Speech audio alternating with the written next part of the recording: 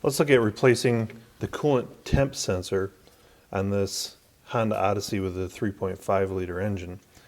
Now, if you can get your fingers in there to release the tab on the electrical connector, that's great. In this case, I'm going to use a little bit of a 90-degree pick to get underneath it and help release it. Then I'll wiggle it up with my hand and pull it out of the way and set it aside. Now I'm going to take a 19mm open end wrench and get on the sensor body itself and break it loose. Now it's a very good idea to do this with the engine cold. If the engine is hot, we're going to have excessive pressure here and could cause damage and also harm to your body. So we need to make sure the engine is cool and there is no pressure on the cooling system. It's also a good idea to have a drain pan underneath the vehicle because we're going to lose a little bit of coolant when we get the old sensor out before we can get the new one in. So I've got my new sensor all ready here. You can see it's the same match as the original one, same fit, form, and function. And so now that I'm ready with it, I am going to get the old one threaded out and be ready to insert my new one.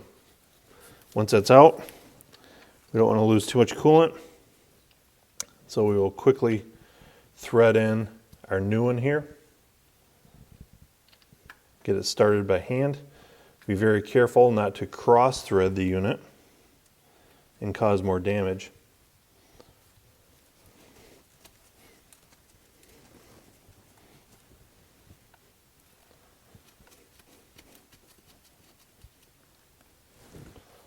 So once we get this down as far as we can by finger, we'll take our open end wrench and gently work it around until we get this snugged up all the way. Now we're going to run it down a little bit because it's got a O-ring on it. We need to crush that to seal the unit off. And be very careful as you're tightening this not to let the wrench slip or anything that's going to slide up and break that sensor.